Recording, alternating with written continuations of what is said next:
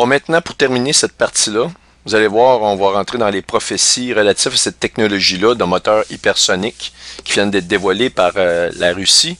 Mais aussi, les Chinois se sont vantés de tester dès 2014 à 2016 environ 7 tests de moteurs hypersoniques. Vous allez voir, c'est la même technologie. Ils l'ont peut-être bon, adapté un petit peu, mais sauf que la technologie vient de là. Imaginez-vous l'argent qui a dû être transigé, qui a dû être échangé pour cette technologie-là, qui vient éventuellement complètement de changer tout ce qu'on peut penser de tout l'équilibre militaire mondial échangé avec cette technologie-là entre les mains de la Chine et de la Russie. Et justement, ben, lorsqu'on regarde Jérémie 50-51, la destruction de la Babylone, ça nous parle de grandes nations qui viennent du Nord.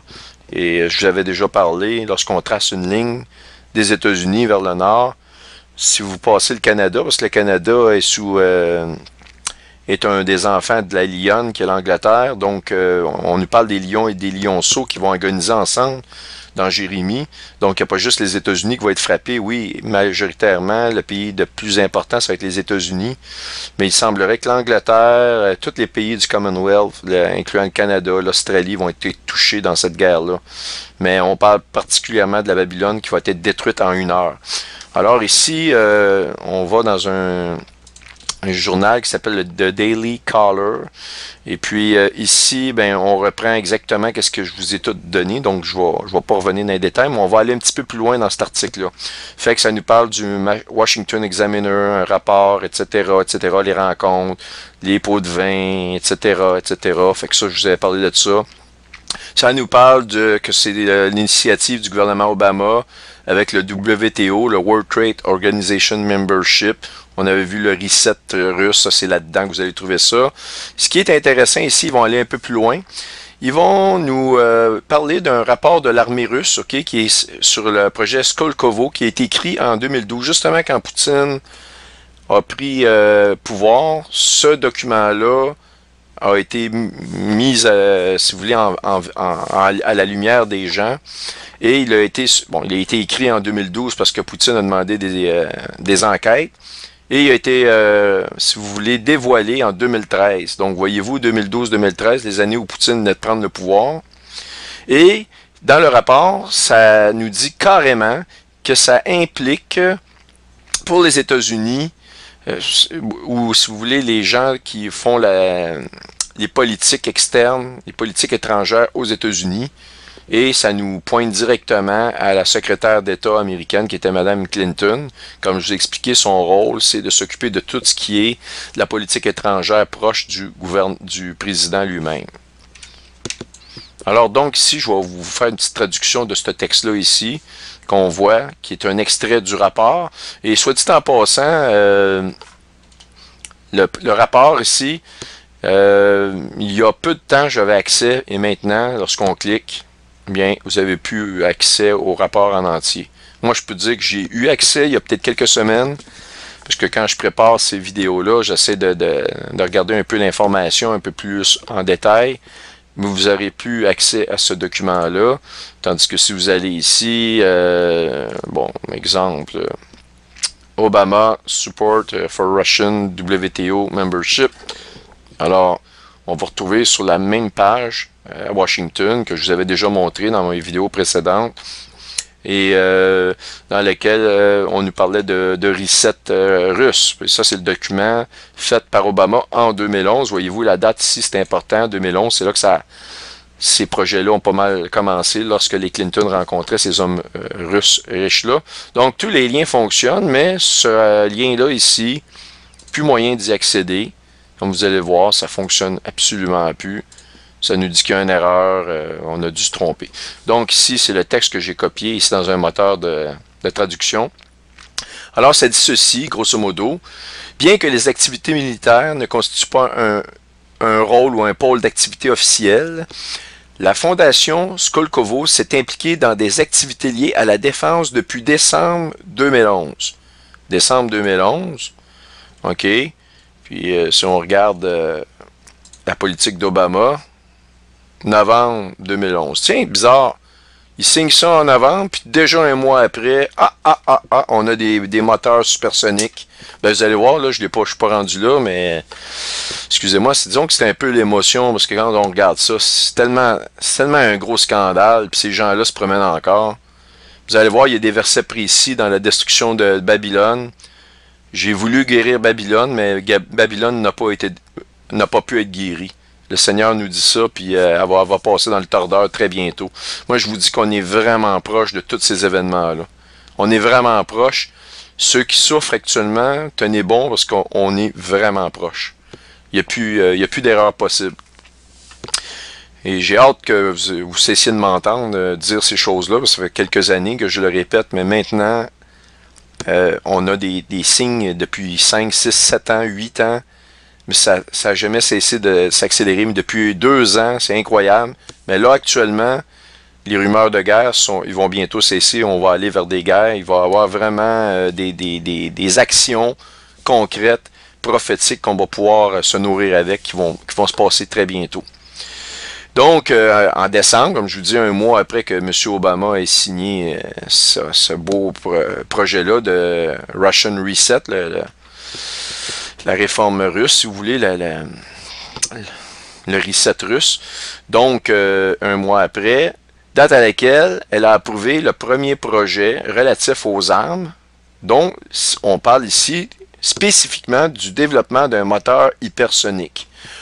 Puis là, regardez bien ce qu'il rajoute. Le projet est une réponse à l'Advanced Hypersonic Weapon du département de la défense des États-Unis, qui fait partie du programme PROM Global Strike.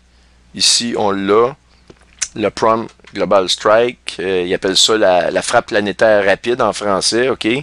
C'est un programme des forces armées des États-Unis et leur but, c'était qu'à l'intérieur d'une heure, n'importe où dans le monde, ils puissent frapper avec un missile hypersonique qu'on ne peut pas arrêter avec des armes conventionnelles, qui ne peut pas être intercepté. Et puis, le point le plus éloigné des États-Unis peut être atteint à l'intérieur d'une heure à n'importe quel endroit avec une précision chirurgicale, puis pouvant transporter des ogives nucléaires de toutes les puissances qu'ils veulent. Alors ça, c'était ce projet-là. Et c'est ce projet-là ici, c'est de ce projet-là ici que les États-Unis d'Amérique, le département de la Défense, avait développé un moteur, mais ils ne l'avaient pas mis sous fabrication. Autrement dit, la recherche était complétée. Et c'est ce moteur-là qui a été, si vous voulez, développé par la défense américaine. Et c'est là qu'il y a eu des fuites et qu'il y a eu un transfert de technologie. Alors, c'est un énorme scandale. Puis, vous pouvez vous dire que c'est prophétique parce que je vais vous montrer des versets là-dessus. Alors, cet article-là, je vais vous mettre de toute façon le lien, que vous puissiez lire par vous-même, vous amuser avec ça. Maintenant, si on peut enlever ça, ça aussi, on peut enlever ça. Ça, c'est... maintenant, on va aller dans le niveau des Écritures. Alors, on le voit ici, fuyez Babylone, sortez du pays des Chaldéens, et soyez comme des boucs à la tête du troupeau. Car voici, je vais susciter et faire monter contre Babylone une multitude de grandes nations du pays du septentrion, le septentrion qui est le nord. Elles se rangeront en bataille contre elle et s'en empareront. Leurs flèches sont comme des habiles guerriers. Regardez bien ça. Leurs flèches comme des habiles guerriers qui ne revient pas à vide. Autrement dit, précision chirurgicale, ça nous le spécifie. Puis justement, cette technologie-là permet d'accomplir cette précision-là et d'avoir un succès qui frôle le 100% sur les cibles, si vous voulez, qu'elle vise. Ici, nous sommes dans Jérémie, le chapitre 50, et vous voyez le verset ici dans lequel on travaille, c'est le verset 9. C'est pour vous donner un exemple de la précision des prophéties ici, à ce niveau-là. Puis, ça nous dit que les guerriers de Babylone, ils vont devenir semblables à des femmes. Le terme ici, ce serait plus femmelette que femme, parce que des femmes, vous pouvez être extrêmement braves, la bravoure, finalement, ça n'a pas de sexe, là, comme on dit. Sauf que, ici, dans ce cas-là, ce que les Écritures veulent vraiment mentionner, c'est que ces hommes forts-là vont perdre tout leur courage. Ils vont être incapables de riposter.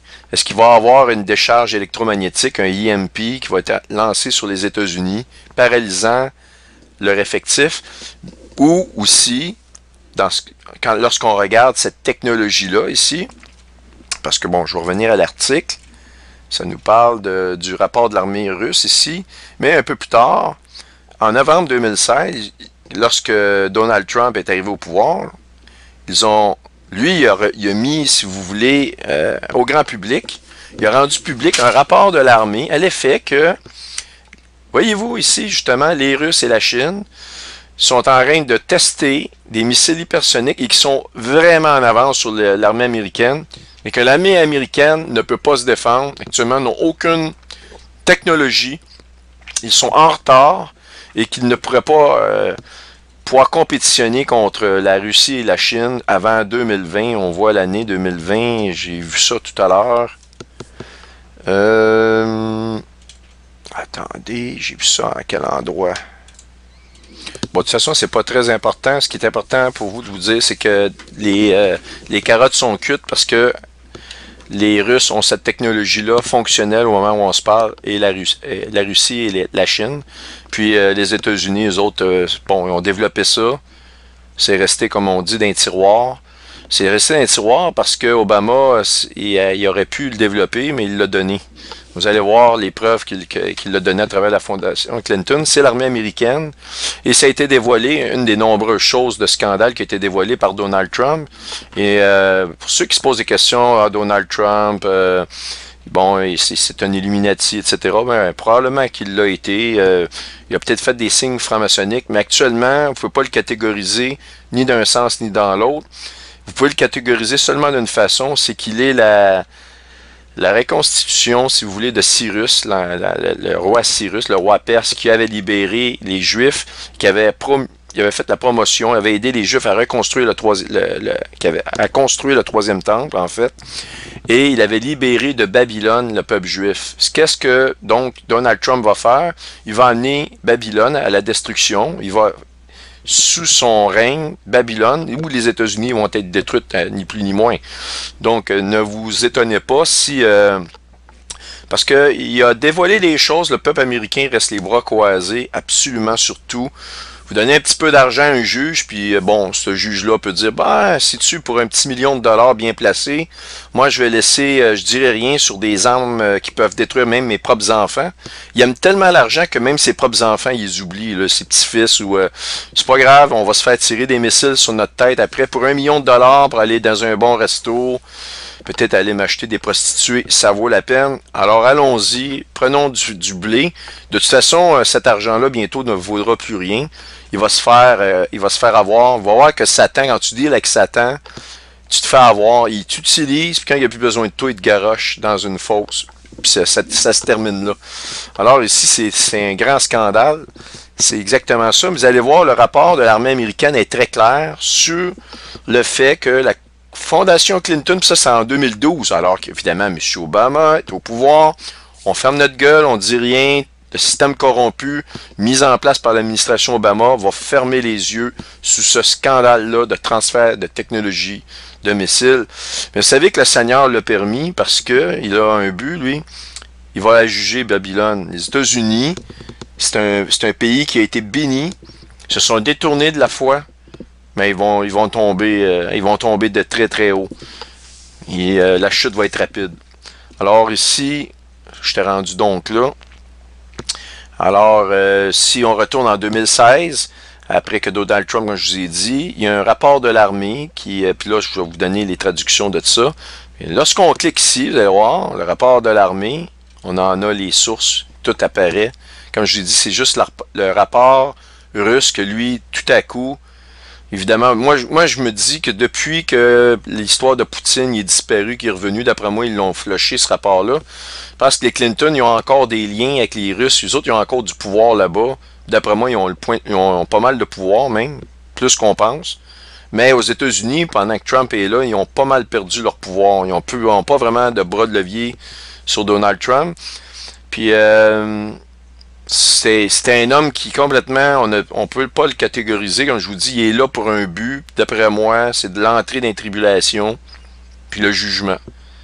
Mais par contre, avant de le faire, Dieu nous montre à travers cet homme-là la corruption en plein nez. Grâce à lui, grâce à ces rapports-là, c'est le Daily Caller, dont le titre ici, c'est Hillary's Hypersonic Missile Gap. Le gap, ici, ceux qui connaissent un peu l'anglais, ça veut dire comme un trou. Mais dans ce cas-ci, dans le titre, on parle d'une brèche. OK, d'une brèche. Il y a quelque chose ici. Et évidemment, Hillary, ben, elle est responsable de ce transfert-là, elle est en position de le faire, en complicité avec Barack Obama, ni plus ni moins, son mari, etc., la fondation Clinton. Bref, tous les outils que sa famille pouvait amener. C'est quand même, les Clinton, c'est pas une famille d'impuissants, c'est une famille de très puissante, là. Et puis, donc, j'en étais rendu, donc, le rapport ici, puis là, on va aller avec ce texte-là ici, qu'est-ce que ça dit? Alors, bon, c'est le paragraphe que vous voyez ici, c'est ce que je viens de vous montrer. OK. Les États-Unis sont vulnérables aux futures attaques de missiles hypersoniques en provenance de la Chine et de la Russie et sont en retard dans la course technologique pour développer des armes de manœuvre défensives et offensives à grande vitesse, selon une nouvelle étude de la Air Force. Ouais, évidemment, ils sont en retard, mais ils l'avaient, ce moteur-là. C'est Défense des États-Unis qui possédait cette technologie-là.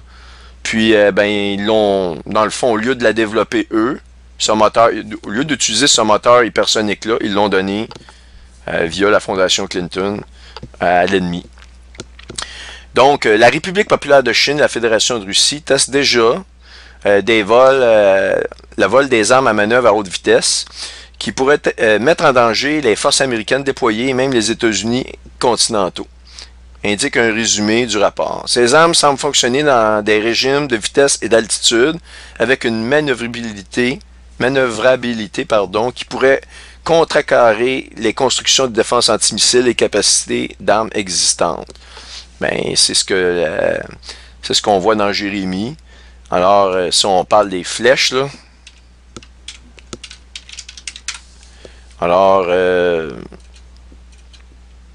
suis dans... OK, leurs flèches sont comme un guerrier habile qui ne revient pas à vide. OK, vous le voyez ici. Et donc, c'est vraiment très, très explicite ici. On nous dit exactement qu'est-ce qu'il y en est. Puis là, ici, l'article du Daily Caller continue comme ça. Ça dit que normalement, dans une république démocratique, OK, lorsque vous avez des décisions, des procédures qui sont corrompues, qui peuvent amener à des problèmes au niveau de la défense, de la sécurité de ton pays, OK, normalement, il devrait avoir l'alarme au niveau de la sécurité qui est sonnée. Il devrait avoir quelqu'un au niveau du gouvernement qui bouge, qui dit quelque chose, qui démontre, qui crie aux anomalies, que ce soit les hommes de loi, les officials, ça veut dire les gens qui travaillent au sein du gouvernement, qui sont bien placés, qui ont du pouvoir. Même les médias auraient dû avoir une certaine curiosité sur les activités, si c'est pas pire ou autre chose que ça. Mais le projet Skolkovo, selon un rapport ici de l'armée américaine, l'argent, la corruption, la tricherie, même le danger, n'a inspiré aucune réaction sous quelques mots que ce soit, absolument. On en a, d'ailleurs, vous êtes d'accord, on n'en a absolument rien entendu, à part récemment. Là, l'article va plus loin. Elle dit, plus fort que ça, il est choquant de voir le langage qui a été utilisé, l'expression qui a été utilisée dans le rapport de l'armée qui vient qui date de l'année 2012. Puis là, je vais vous lire ce paragraphe-là ici, dans la traduction qui va comme suit. Ça dit ceci. Skolkovo est une entreprise ambitieuse qui vise à promouvoir le transfert de technologies en général par des investissements directs entrants et occasionnellement par des acquisitions sélectionnées. En tant que tel, Skolkovo est sans doute une alternative manifeste à l'espionnage industriel clandestin. Avec la distinction supplémentaire qu'elle peut réaliser un tel transfert sur une échelle beaucoup plus grande et beaucoup plus efficacement. Ben, imaginez-vous, on est loin des petits terroristes qui ont volé une bombe sale, qu'on a peur qu'ils nous fassent sauter dans le centre-ville de New York. Ces choses-là, on parle d'armes, de destruction massive, transférées aux plus grandes puissances de ce monde, en dedans de quelques années, quelques mois, et on en entend parler, déjà c'est fait, et on est face au fait accompli maintenant. Imaginez-vous, c'est ce que l'article nous mentionne ici. Alors, je continue. Ça nous dit que Hillary Clinton, avec son département d'État, évidemment, son département d'État, pourquoi? Lorsque vous avez une personne corrompue qui utilise une sphère d'un gouvernement pour ses intérêts personnels, bon, on appelle ça son département, c'est comme, c'est plus le peuple qui décide, elle n'est plus là pour les intérêts du peuple, elle est là pour des intérêts personnels. Elle a utilisé le pouvoir du gouvernement pour des intérêts personnels. Alors donc, ils disent Earth State Department, OK? Avec la fondation Clinton, Bill Clinton là-dedans, ont tellement fait pour rendre Skolkovo possible. Ils ont tellement participé à l'activation de ce projet que le rapport de l'armée nous mentionne, qui, selon toute vraisemblance, est une opération clandestine d'espionnage industriel. Que ça, c'est le rapport. Imaginez-vous, on met dans un rapport de l'armée, on mentionne ça, puis ce rapport de l'armée-là, je vous rappelle, a été écrit en 2012. Pas un mot, rien n'est rendu public. Ça a été rendu public, en fait, en 2016, par ni l'autre que Donald Trump, qui a rendu public plein de choses pour nous montrer qu'écoutez, montrer au peuple américain, il faut se réveiller peut-être. Mais les gens, bon, c'est ça, il n'y a pas rien qui bouge. En fait, le peuple est comateux actuellement. Le peuple américain, il ne croit plus en rien. Ils n'ont plus de conviction de quoi que ce soit. Et c'est comme des moutons, finalement. Vous pouvez leur montrer les pires des scandales, puis ils n'ont plus de réaction. Et le rapport mentionne que tout cela s'est fait in plain sight, c'est-à-dire à la vue de tous, sans trop de cachette. OK?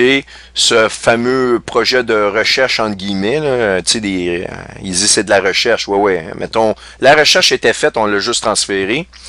Recherche, collusion, OK, de recherche avec les Russes, le gouvernement russe, qui, je vous rappelle, était à l'époque Dmitri Medvedev.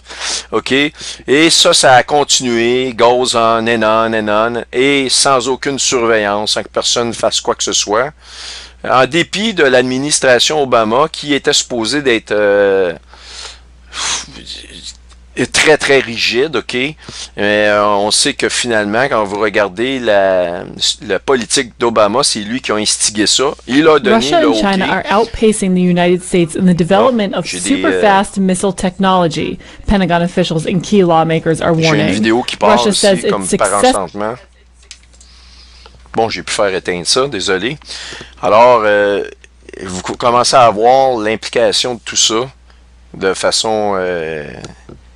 je veux dire, maintenant on comprend qu'est-ce qui s'est passé à travers tout ce processus-là et on voit que ce qui nous pète au visage maintenant, bien, la source de ces problèmes-là.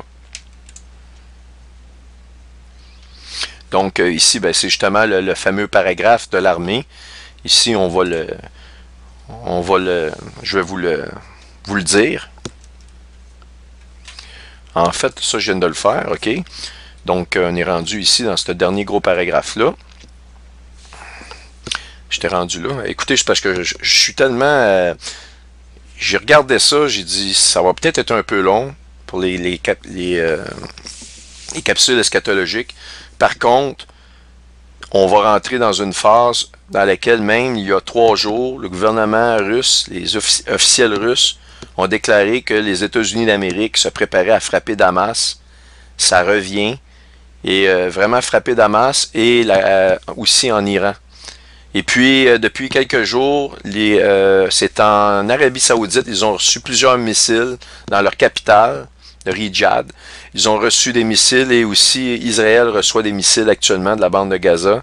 Et nous savons actuellement que c'est l'Iran qui est derrière ça avec le Hezbollah. Donc, on va, si j'ai le temps, je vais vous remontrer le premier emblème qui a été utilisé, le premier symbole qui a été utilisé pour décrire le peuple perse et les 4 étoiles royales.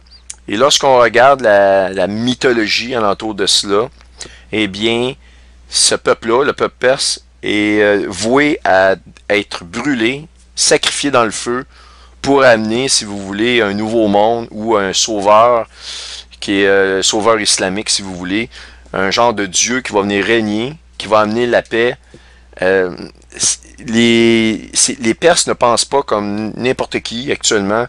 Ils sont fiers, s'ils peuvent sacrifier tout leur pays au complet pour amener ce monde-là à être embrasé dans le feu, ils vont le faire. Ils vont le faire, ils veulent le faire.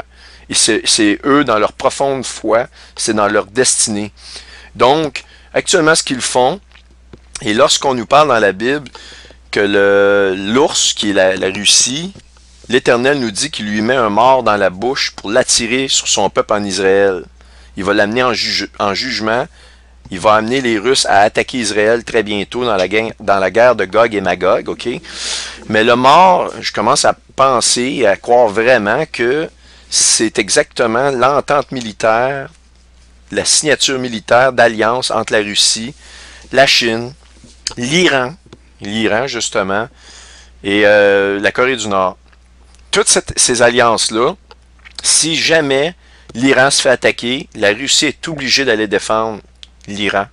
C'est comme un peu les États-Unis, le Canada. Si le Canada se fait attaquer, ils doivent se porter mutuellement protection. Ils doivent, donc, si quelqu'un rentre en guerre avec les États-Unis, eh bien, le Canada est impliqué automatiquement. C'est des ententes dans les pays de l'OTAN. C'est des ententes qui sont signées. Alors, vous comprendrez que lorsque la Russie va venir détruire Babylone avec la Chine en dedans d'une heure, et il est évident que le Canada, il va être touché. Ils vont bombarder des endroits stratégiques pour pas que le Canada puisse répliquer, pour paralyser. Tout va se faire en même temps. Alors, il en va de même que la Russie, on a entendu avec l'Iran. Donc, l'Iran, actuellement, tout ce qu'ils ont à faire, ils sont prêts, c'est d'attiser la guerre, de provoquer l'ennemi pour être attaqué en premier.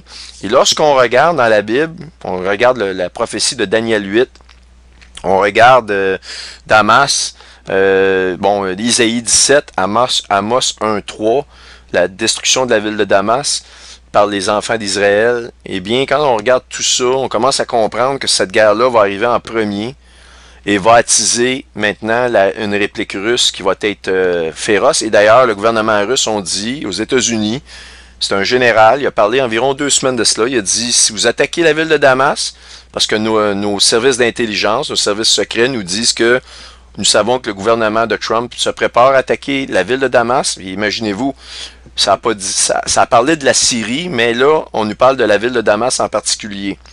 OK? Et la prophétie d'Isaïe 17, justement, c'est la ville de Damas en Syrie qui est touchée. Alors, c'est extrêmement prophétique. Et le général a déclaré, si vous attaquez là, c'est la dernière chose que vous allez faire. C'est le dernier geste que les États-Unis vont poser dans leur existence. Alors, il n'y a pas une menace plus directe et plus sombre que ça qui peut être donnée à un pays. Ça veut dire, ça laisse supposer que les États-Unis vont être rayés de la carte. C'est aussi direct que ça. Alors ici, le dernier paragraphe, pour y revenir, parce que ce que je vous ai dit, c'est que le rapport nous disait que c'est vraiment de la recherche collusion et que ça s'est fait à la vue de tous sans que personne ne bouge. Alors on va y aller voir cet extrait-là du rapport, qu'est-ce que ça nous dit. Alors, implicite dans le développement de Skolkovo en Russie est une question cruciale. Bon, ici, là, la traduction est peut-être pas nécessairement bonne, mais c'est le contexte qui est important de comprendre. Alors, une question que la Russie pourrait se poser, pourquoi s'embêter à espionner des sociétés étrangères, des laboratoires gouvernementaux, s'ils veulent remettre volontairement toute l'expertise recherchée par la Russie? Bon, en fait, ce que ça veut dire, c'est Bon, ça sert à quoi de mettre des espions alors que dans le clan de l'ennemi, tu as des gens qui collaborent et qui t'amènent les secrets sans même que tu es allé chercher ou les demander. Alors, bon. Bon, puisque les institutions multinationales engagent des talents dans le monde entier et cherchent à accéder à des marchés étrangers sans tenir compte des intérêts nationaux, bon, qu'est-ce que ça veut dire? C'est que vous avez des compagnies privées qui peuvent développer des armes, mais la plupart des gens marchent dans un marché, si vous voulez, qui est libre. Vous pouvez vendre vos produits à qui vous voulez, sauf que lorsque ça pose une question de sécurité nationale, vous ne pouvez pas faire ce que vous voulez. C'est un petit peu ça que ça nous dit ici, là. Donc, seul le gouvernement américain sera en mesure de les persuader de réduire leur engagement à Skolkovo. OK? Ça ici, je vous rappelle que c'est écrit en 2012, donc ce rapport-là. Fait que ce que l'armée nous dit finalement, c'est pourquoi que le gouvernement américain n'agit pas, puis met pas un frein à ça, parce que là, ça va loin, là.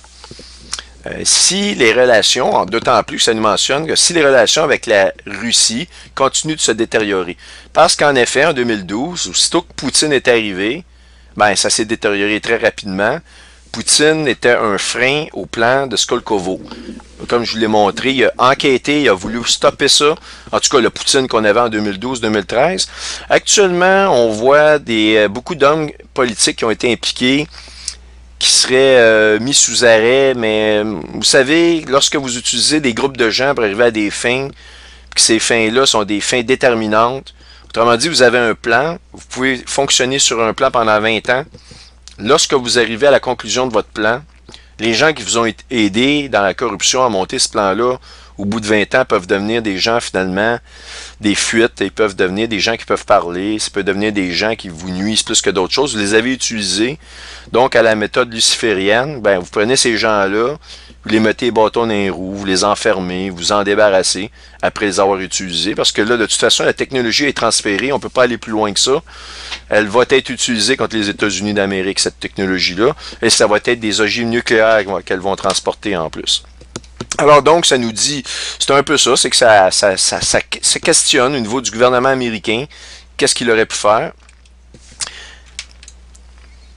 Fait que bref, cependant, étant donné la dimension globale du programme de transfert, autrement dit l'importance de la technologie qui est transférée à Skolkovo, il n'est pas clair de combien l'industrie américaine a comme bras de levier. OK. Par conséquent, la question clé pour les décideurs américains, autrement dit pour le gouvernement américain, est d'équilibrer les avantages de l'engagement technologique. Autrement dit, OK, je te donne cette technologie-là, toi, tu vas me donner quoi? Il faut que tu me donnes une technologie équivalente pour que je puisse dire, si tu m'attaques avec ça, moi, je vais te répondre avec une autre technologie pour toujours balancer les forces en question. Ce qui n'a pas été fait, ça a été un transfert unilatéral à sens unique. Donc, ça conclut ce que je veux vous parler de ça. On va rentrer, parce que j'ai plein d'autres sujets importants à vous parler. La plupart d'entre vous le savez, il y a bientôt la station spatiale chinoise qui va s'écraser sur Terre. On va revenir avec ce que je trouve intéressant, c'est une prophétie des Hopis qui nous dit que dans les derniers jours, il va y avoir une grande demeure céleste humaine qui va tomber sur Terre avec grand fracas. Après, vous avez l'apparition des deux Kachinas, la bleue et la rouge. On va revenir rapidement là-dessus parce que je trouve ça intéressant. Il y a aussi pas le général Ed James, mais c'est-tu le général Ed James, celui qui a été l'instigateur en chef du projet des Remote Viewers. Lui a mentionné qu'il y aurait quelque chose à ce niveau-là, puis qu'il y aurait un incident nucléaire avec la Corée du Nord, et après qu'il y aurait le kill shot, que le Soleil nous enverrait des décharges majeures. Il se tournerait probablement comme en nova, en mini-nova, pardon. Puis, donc, tous ces genres de prophéties-là, de ces genres de visions-là, nous amènent avec vraiment des points communs. Et ce qui est le plus incroyable, c'est que la Bible confirme cette prophétie-là. En fait, la Bible, c'est la vraie prophétie, mais elle est confirmée par ces visions-là et ces prophéties-là. Il y a vraiment... on rentre dans des temps déterminants actuellement. Ça, c'est clair qu'on nous sommes vraiment dans une année charnière. Puis je pense que cette année 2018-là va répondre à plusieurs personnes, à savoir où nous en sommes. Nous allons avoir, d'après moi, des réponses très très très bientôt. Et ce qu'on croyait être long, finalement, risque de nous apparaître très rapide. Parce que le sentiment qu'on peut avoir actuellement, c'est de détresse, de se dire, hein, le Seigneur tarde, quand est-ce qu'on va être enlevé? Ça me semble quasiment infini. Le temps est long, le temps est long. C'est de plus en plus difficile pour la majorité d'entre vous. Quelque chose que je peux vous dire, c'est que ce sentiment-là peut se transformer très rapidement. Prenez un exemple, vous vous levez demain matin, les États-Unis ont bombardé la ville de Damas, prophétie d'Ésaïe 17 accomplie. La Russie, guerre nucléaire rapide, de 3 millions, 10 millions de morts. Et là, on sait qu'Ésaïe 17 est accompli. Vous pouvez compter sur le nombre de jours, sur les doigts d'une main, avant l'enlèvement. On va vraiment être enlevé rapidement après avoir vu ces choses-là. Cependant, votre sentiment risque de changer rapidement. Vous allez maintenant passer un peu du désespoir, de l'attente qui est longue, qui est fatigante, un peu comme une femme enceinte, à « Wow, ça va vite, il y a des gens que j'aime. Faut que j'aie parlé de ces choses-là. Faut que je lui montre, Isaïe 17, qu'ils comprennent qu'on est là, là. » Vous allez avoir l'urgence, votre sentiment va changer en urgence d'aller parler de ces choses-là. Il faut qu'on se prépare parce que si ça arrive, cette opportunité-là, il va peut-être nous rester 1 mois, 2 mois, 3 mois à parler de ces choses-là avant de partir d'ici. Il faut faire ça avec la plus grande efficacité possible. Il faut se préparer parce que d'après moi, on est rendu là. Je pense pas on va rester encore bien des mois à attendre qu'il se passe quelque chose de majeur qui va nous motiver et changer nos sentiments face à ça.